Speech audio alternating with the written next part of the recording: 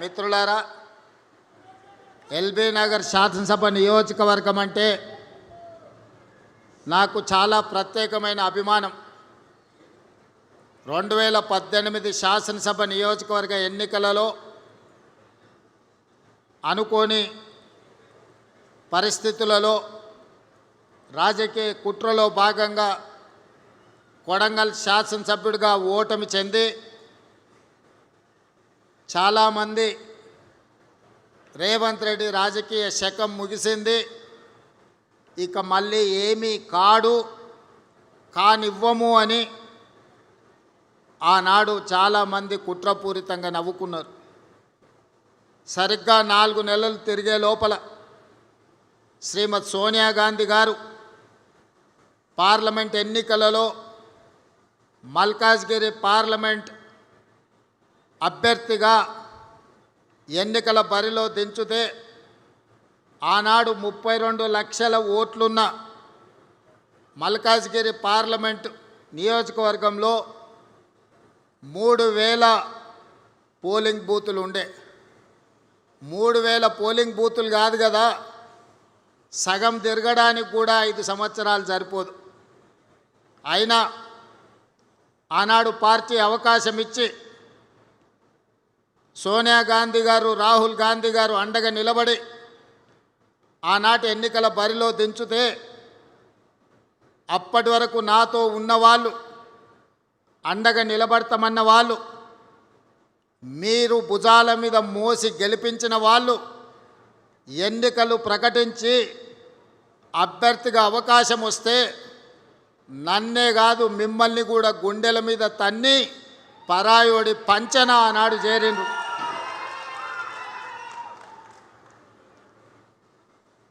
Party జెండా మోసిండ్రు కదా అని ఆ ఎన్నికల్లో మీరు గెలిపిస్తే మిమ్మల్ని నట్టేట ముంచి నన్ను ఎట్లయినా ఎన్నికల్లో ఓడించాలని ఒకరు మంత్రి పదవికి, ఇంకొకరు కార్పొరేషన్ చైర్మన్ పదవికి మీ అభిమానాన్ని తాకట్టు పెట్టి ఆనాడు మనల్ని అందరినీ మోసం చేసింది. అయినా మీరిచ్చిన ధైర్యంతో మీరు అండగా నిలబడితే 2019 పార్లమెంట్ ఎన్నికల బరిలో ఆనాడు దిగితే ఈ ఎల్బీ నగర్ శాసనసభ నియోజకవర్గం 30,000 మెజారిటీ ఓట్లను అందించడం ద్వారా ప్రశ్నించే గొంతును నిలబెట్టాలి. తెలంగాణ 4 కోట్ల ప్రజల యొక్క సమస్యల్ని గల్లీ నుంచి ఢిల్లీ వరకు వినిపించే నినాదమై ఈ ప్రాంత ప్రజల యొక్క సమస్యల్ని లేవనెత్తుతాడని మీరు అభిమానం చూపించి మీరు గుండెల్లో పెట్టుకొని మీ భుజాల మీద మోస్తే మల్కాజ్గిరి పార్లమెంట్ సభ్యుడిగా ఢిల్లీకి నేను బయలుదేరిన. మీ అభిమానం, మీ గుండె ధైర్యం తీసుకొని ఢిల్లీకి బయలుదేరితే పార్లమెంటులో అక్కడ జరుగుతున్న సమావేశాలలో పార్టీ తరఫున, ప్రజల తరఫున గట్టిగా నిలబడి కొట్లాడినప్పుడు శ్రీమతి సోనియా గాంధీ గారు, శ్రీ రాహుల్ గాంధీ గారు, మల్లికార్జున్ ఖర్గే గారు నన్ను చూసి గుర్తించి పిసిసి అధ్యక్షుడిగా అవకాశం ఇస్తే వెనక్కి తిరిగి చూడకుండా 3 సంవత్సరాలు నిరంతరం కొట్లాడితే 2023 7 తారీఖు నాడు ఎల్బీ స్టేడియంలో లక్షలాది మంది ఆశీర్వాదంతో ప్రజాపాలన ప్రభుత్వాన్ని మనం ఏర్పాటు చేసుకున్నాం. మిత్రులారా, ఈ ప్రాంతంలో అటు నల్గొండ జిల్లా కావచ్చు, మహబూబ్ నగర్ ఉమ్మడి జిల్లా కావచ్చు, రంగారెడ్డి జిల్లా సోదరులు 90% నివసిస్తారు. మీరందరూ ఆనాడు అభిమానంతో అవకాశం ఇచ్చిండ్రు కాబట్టి కుట్రలో భాగంగా పడిపోయిన నన్ను నిటారుగా నిలబెట్టి అండగా నిలబడ్డారు. కాబట్టి ఈనాడు తెలంగాణ రాష్ట్ర ముఖ్యమంత్రిగా మళ్ళీ ఎల్బీ నగర్ శాసనసభ నియోజకవర్గంలో మీ ముందు నిలబడి ఈ ప్రాంత అభివృద్ధికి 100% నేను సహకరిస్తానని ఈ వేదిక మీద నుంచి సవినయంగా విజ్ఞప్తి చేస్తున్నా. ఆనాడు పార్లమెంట్ సభ్యుడిగా ఇక్కడ కాలనీలలో వర్షం వచ్చినప్పుడు మల్రెడ్డి రామరెడ్డి ఇక్కడనే ఉన్నాడు. కొంతమంది మిత్రులు కార్పొరేటర్లు ఇక్కడ లేకపోయినా ఆనాడు వరదల్లో కాలనీలు మునిగినప్పుడు కప్పెర చెరువు నీళ్లు మొత్తం ఇక్కడ కమ్మేసినప్పుడు మీరు సమస్యలు ఉన్నాయంటే అధికారుల మీద ఒత్తిడి తేవడానికి, ప్రభుత్వానికి సమస్యల్ని విజ్ఞప్తి చేయడానికి ఆనాడు ఈ బస్తీలన్నీ తిరిగినాం. ఈ ప్రాంతంలో దాదాపుగా 90% అన్ని పార్టీల రాజకీయ నాయకులను నేను గుర్తుపడతా. ఈ ప్రాంతానికి వస్తే నా సొంత ఊరు కొండారెడ్డిపల్లికి వెళ్ళినప్పుడు ఏ అనుభూతి కలుగుతుందో ఈ ప్రాంతానికి వచ్చినప్పుడు కూడా నాకంతే అనుభూతి కలుగుతుంది. ఎందుకంటే మా ఊరిలో నన్ను ఎంతమంది మావాడు అనుకొని అభిమానంగా చూస్తారో ఈ ఎల్బీ నగర్ ప్రాంతంలో ప్రతి ఒక్కరూ పార్టీలకు అతీతంగా మావాడు రేవంత్ రెడ్డి ఈరోజు ఎదిగిండు, ఈరోజు తెలంగాణ రాష్ట్రానికి ముఖ్యమంత్రి అయిండని అభిమానంతో పలకరిస్తారు. ఏ రాజకీయ నాయకుడికైనా ఈ అభిమానమే కావాల్సింది. ఆ అభిమానమే ఈనాడు ఇక్కడ నన్ను నిలబెట్టింది. అందుకే ముఖ్యమంత్రి అయిన తర్వాత ఈ ముఖ్యంగా మల్కాజ్గిరి పార్లమెంటు నియోజకవర్గ పరిధిలో ఒకనాడు రంగారెడ్డి జిల్లాలో అటువైపే అభివృద్ధి కనిపించింది. నగరాలు వచ్చినా, కాలనీలు వచ్చినా, హైటెక్ సిటీలు వచ్చినా, అంతర్జాతీయ స్థాయి యూనివర్సిటీలు వచ్చినా అన్నీ ఆ వైపునే రంగారెడ్డి జిల్లాలో వచ్చినాయి. నగరానికి కూతవేటు దూరంలో ఉన్న మన ఎల్బీ నగర్ కావచ్చు, బిఎన్ రెడ్డి నగర్ కావచ్చు, వనస్థలిపురం కావచ్చు, హయత్ నగర్ కావచ్చు, లేకపోతే గుర్రంగూడ కావచ్చు, బైరామల్ కూడా కావచ్చు, సాహెబ్ నగర్ కావచ్చు, ఈ ప్రాంతం హైదరాబాద్కు అతి సమీపమైన ప్రాంతం. మన చంద్రాయన్ గుట్టతో సహా సంతోష్ నగర్ గురించి, సైదాబాద్ గురించి నేను చెప్పాల్సిన అవసరం లేదు. ఏ రోజు ఈ ప్రాంతం అభివృద్ధి అంటే ఎవరికి పట్టలే.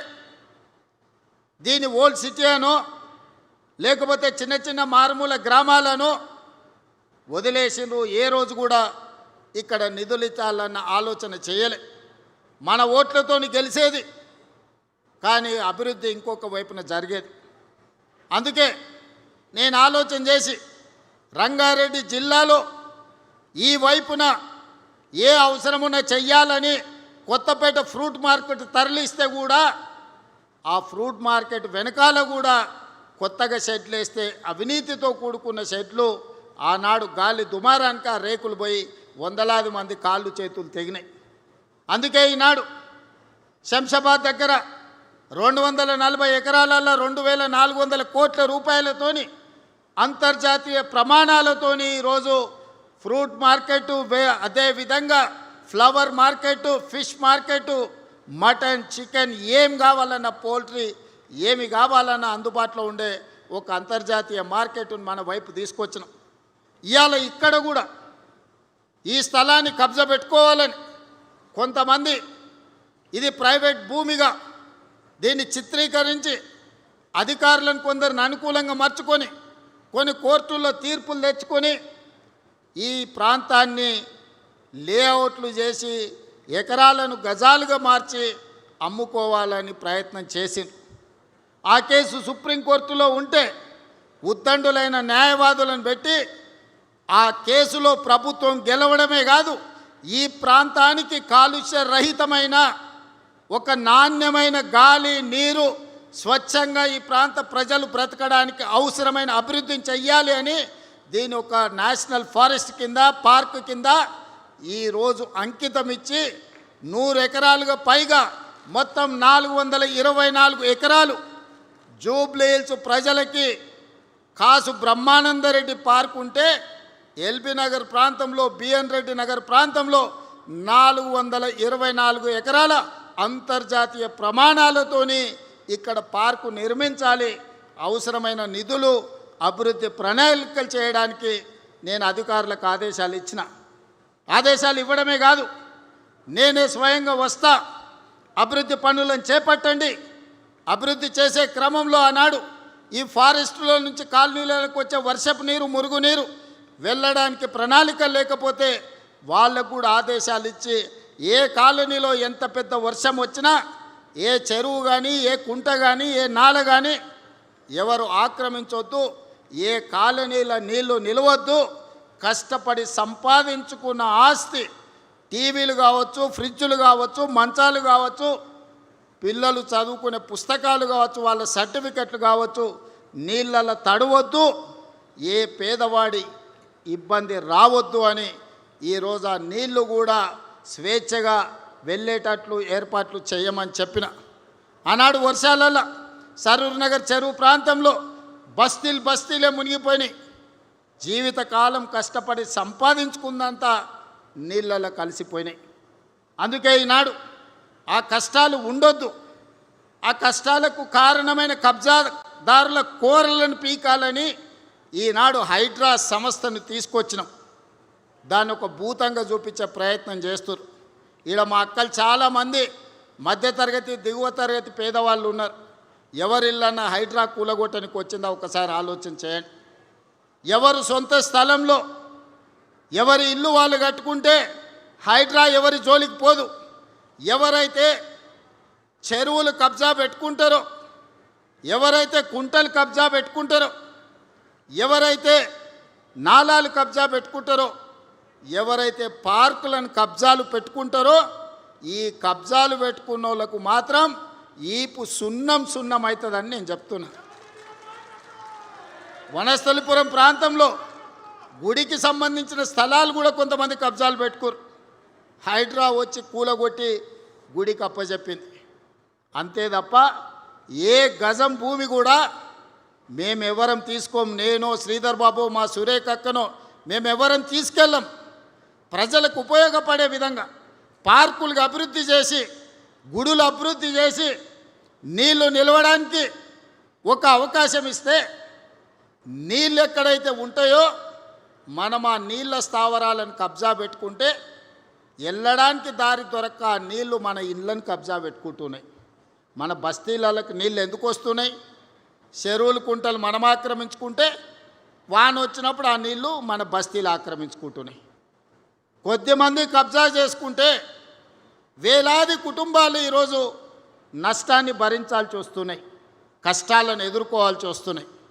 ఈనాడు మన సమస్యకు, మన బస్తీలు నీళ్ళలో మునగడానికి, మన కాలనీలలో నీళ్లు అట్లనే ఉండడానికి కారణం కొంతమంది కబ్జా రాయిలు కబ్జా పెట్టుకోవడమే. ఆ కబ్జాలు పెట్టేటోళ్ళు ఎవరైనా సరే, ఎంత వారైనా సరే ఈ ప్రభుత్వం వదలదు అని చెప్పి ఈనాడు నేను స్పష్టంగా చెప్పదలుచుకున్నా. అదేవిధంగా ఈనాడు ఢిల్లీ నగరం చూసినాం, ముంబై చూసినాం, బెంగళూరు చూసినాం. ఢిల్లీలో దేశ ప్రధానమంత్రి నరేంద్ర మోడీ ఉంటాడు, భారతదేశ రాష్ట్రపతి అక్కడనే ఉంటారు, సుప్రీంకోర్టు చీఫ్ జస్టిస్ అక్కడనే ఉంటాడు. పెద్ద పెద్ద యూనివర్సిటీలు కోట్లాది రూపాయలు సంపాదించిన పెట్టుబడిదారులు ఢిల్లీలోనే ఉంటారు. కానీ ఆ ఢిల్లీ నగరం కాలుష్యం, గాలి విషం, నీరు విషం, అక్కడ నివసించలేని పరిస్థితి, ఇంట్లోకి వెళ్ళి బయటకు వెళ్ళలేని పరిస్థితి, పాఠశాలలు బంద్, పార్లమెంటు బంద్, రోడ్లు బంద్, పరిశ్రమలు బంద్, హోటళ్ళు బంద్. ఎందుకు వచ్చింది ఈ పరిస్థితి ఢిల్లీకి? అక్కడ పాలకులు పట్టించుకోకపోవడం, పాలకులు కాలుష్యాన్ని నియంత్రించకపోవడం వల్ల ఇవాళ ఢిల్లీ నగరానికి ఆ పరిస్థితి దాపురించింది. ప్రధానమంత్రి గారు కూడా ఏమి చేయలేని పరిస్థితి. ముంబైలో వర్షం వస్తే 24 గంటలు ఇంట్లోకి వెళ్ళలేని పరిస్థితి. బెంగళూరులో ఇంట్లో నుంచి బయటకు వస్తే ఎయిర్పోర్ట్ పోవాలంటే ఎప్పుడు పోతాడో, విమానం ఉంటుందా ఎగిరిపోతుందా తెలియని పరిస్థితి.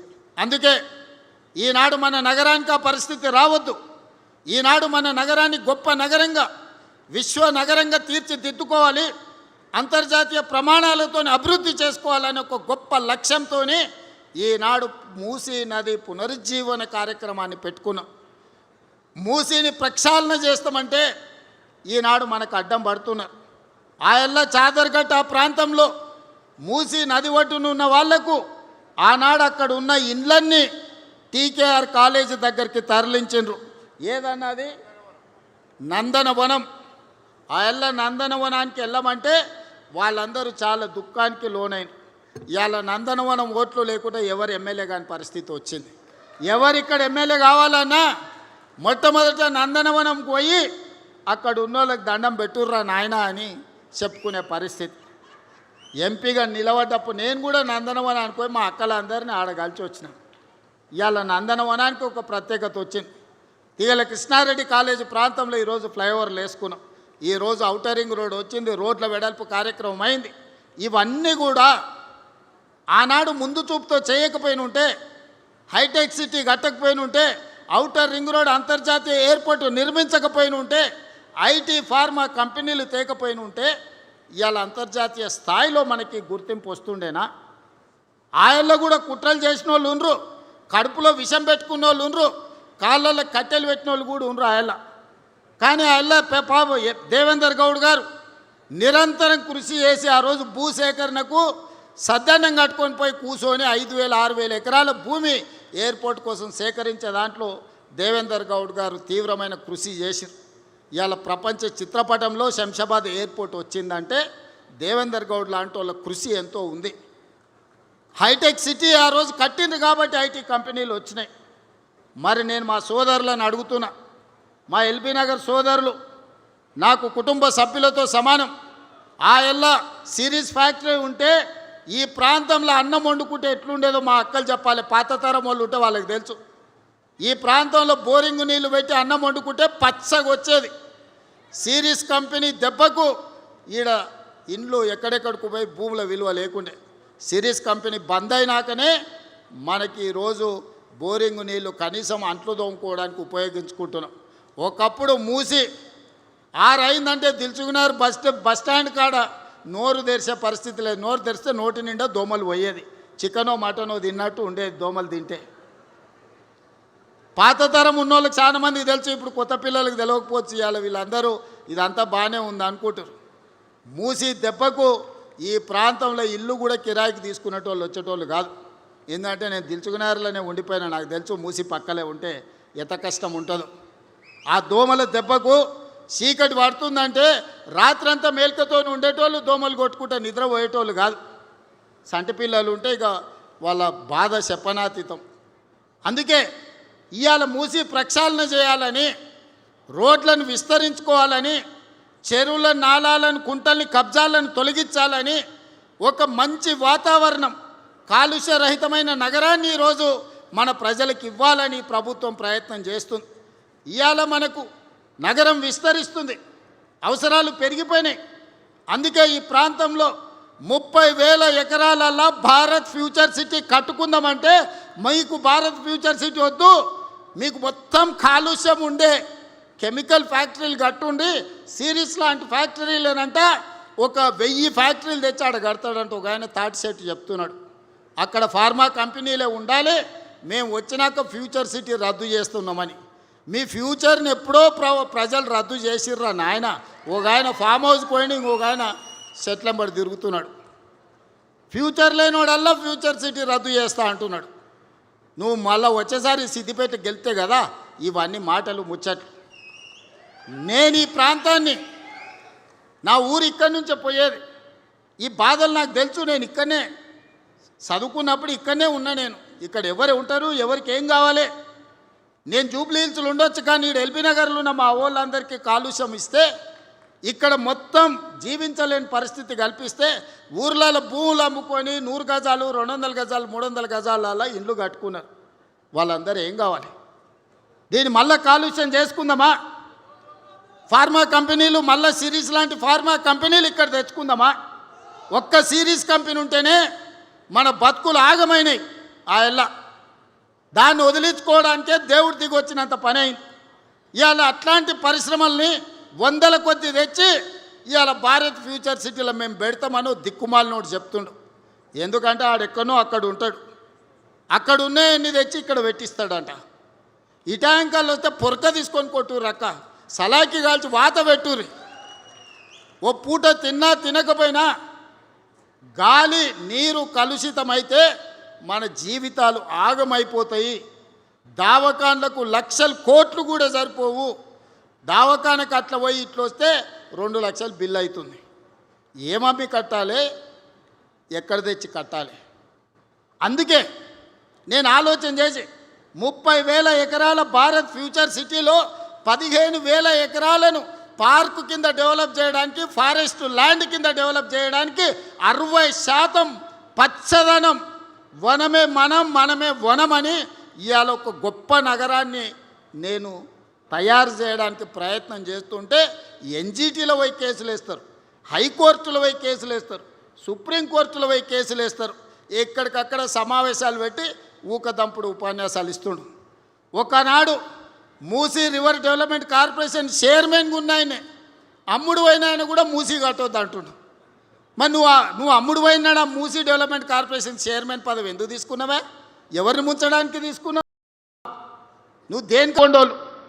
మా ఇబ్రాహీంపట్నం దాటంగానే భువనగిరి, ఆలేరు పోయిరా.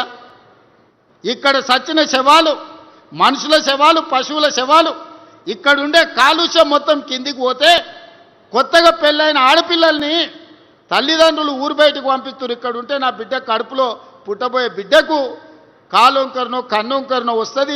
ఈడ వండిన ఒడ్లు తినే పరిస్థితి లేదు, పండించిన కూరగాయలు ఈరోజు వాళ్ళకి పెట్టే పరిస్థితి లేదు. పిల్లలు పట్నమన్న పోయి కూలి పని చేసుకొని బతుకుతారు, కానీ పుట్టబోయే బిడ్డలు ఇట్లా ఉడితే ఎట్లా అని ఆ తల్లిదండ్రులు దుఃఖంతో పిల్లల్ని పట్నం పంపిస్తారు. వాళ్ళ బాధ మీకు అర్థం కాదా? వాళ్ళ పిల్లలు కాదు, వాళ్ళ మనుషులు కాదా? వాళ్ళు ఈ విషయంలోనే బతకాలనా? చాంద్రాయణ గుట్ట నుంచి మొదలు పెడితే, సాదర్గట్టు నుంచి మొదలు పెడితే, గౌలిగూడ నుంచి మొదలు పెడితే ఈరోజు మూసరంబాగు ప్రాంతానికి వస్తే ఆ మురికి ఎంత ఉంది? ఎట్లా చేసి దాన్ని బాగు చేయాలని నేను ఆలోచన చేస్తుంటే మురికే ఉండాలి, మురికిల్నే ఉండాలి, మురికిల్నే పొరలాలి అని అనుకుంటారు. ఇవాళ రేపు మురికిలో ఒరిలే పందులు కూడా మురికెందుకు అని అనుకునే పరిస్థితి వచ్చింది. ఈ మూర్ఖులకు ఎందుకు ఆ సంగతి అర్థమవుతలేదో నాకైతే అర్థం కాలే. అందుకే ఎవరేమనుకున్నా మూసీ నది ప్రక్షాళన చేసి తీరుతాము. గండిపేట నుంచి గౌరెల్లి వరకు 55 కిలోమీటర్లు నీ సబర్మతి రివర్ ఫ్రంట్, నీ యమునా రివర్ ఫ్రంట్, నీ గంగానది రివర్ ఫ్రంట్ కంటే అంతర్జాతీయ స్థాయిలో మూసీ రివర్ ఫ్రంట్ డెవలప్ చేసే బాధ్యత నాది, ఈ వేదిక మీద ఉన్న నా సహచర మంత్రులదని నేను ఈ సందర్భంగా చెప్పదలుచుకున్నా. ఎవడైనా సరే చెరువులు, కుంటలు, నాలాలు ఆక్రమిస్తే తోడుకలు తీసి ఈపులకు సున్నం పెట్టే బాధ్యత కూడా మా హైడ్రా మేము తీసుకుంటామని నేను ఈ సందర్భంగా చెప్పదలుచుకున్నా. ఇవాళ ఈ పార్కును కూడా ఇక్కడుండే వాకింగ్ అసోసియేషన్లకు, ఇక్కడుండే కాలనీ పెద్దలకు, ఇక్కడుండే గుడి కమిటీ చైర్మన్లకు నా సూచన ఒక్కటే, మంచి అసోసియేషన్ ఏర్పాటు చేసుకొని అంతర్జాతీయ స్థాయిలో ఎట్లా అభివృద్ధి చేసుకోవాలనో ప్రణాళికలు సిద్ధం చేసుకోండి. ఎన్ని నిధులు కావాలన్నా నేను ఇస్తా. జూబ్లీహిల్స్ చోడు గొప్పగా కేబీఆర్ పార్క్ పక్కన ఉంటున్నాను ఎట్లా చెప్పుకుంటుండో, ఇవాళ ఈ బిఎన్ రెడ్డి ఎల్బీ నగర్ ప్రాంతంలో ఉన్నోళ్ళు కూడా మాకు కూడా 424 ఎకరాలల్లా అద్భుతమైన పార్క్ ఉంది, మా సోదరుడు రేవంత్ మాకు చేసి ఇచ్చిండని మీరు చెప్పుకునేటట్టు అభివృద్ధి చేసే బాధ్యత నాది. ఎవరు ఏడ్చినా, ఎవరు అడ్డంబడి దొల్లినా, ఎక్కువ తక్కువ ఎండ్రిందాగి సచ్చినా భారత్ ఫ్యూచర్ సిటీ కడతా, అంతర్జాతీయ కంపెనీలను తెస్తా, ప్రపంచ దేశాల పెట్టుబడులు ఇక్కడికి తేవడమే కాదు, ప్రపంచంలో ఉండే పర్యాటకులు భారత్ ఫ్యూచర్ సిటీని చూసి నేర్చుకోవాలి. ఈనాడు మనం సింగపూర్, టోక్యో, హాంకాంగ్ చూసి, న్యూయార్క్ను చూసి గొప్ప నగరం అని ఎట్లా అనుకుంటున్నామో, భవిష్యత్ తరాలు భారత్ ఫ్యూచర్ సిటీని కూడా చూసి అంత గొప్పగా చర్చించుకునేటట్టు ఆ నగరాన్ని తీర్చిదిద్దే బాధ్యత మీ సోదరుడిగా నేను తీసుకుంటా.